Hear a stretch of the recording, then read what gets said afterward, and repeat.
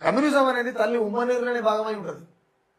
Communism అనేది తల్లి ఉమ్మనీరులో భాగమై ఉంటుంది. తిరుగుబాటు తొవ్వలుంటది, తీరాలు చేరే దారిలో ఉంటది. తిక్క తిరిగిన దొరల మెడలు ఉంచుతందుకు, వాళ్ళ కోటను కూలుస్తందుకు, నిప్పంటిస్తందుకు రిటారుగా నిలబడి ఆ గీతని కలిపి పుట్టుకొస్తుంది. ఒక్కసారి మీరు నేను ఇంకోటి ఏమంటే, ఒక తల్లి బిడ్డను కనడం మానేసినప్పుడే విప్లవం పోతుంది. వీళ్ళు మాట్లాడేటువంటి ఎర్రి మాటలు. ఒక తల్లి బిడ్డను కనడం బంద్ చేయాలి. బంద్ చేస్తే విప్లవం పోయినట్టు, కమ్యూనిజం పోయినట్టు. మానవ పుట్టివాళ్ళని కమ్యూనిజం ఉంటుంది. అంటే ఒకదానికొకటి ఉత్పత్తి కావడం మించినటువంటి కమ్యూనిజం లేదు అయ్యా.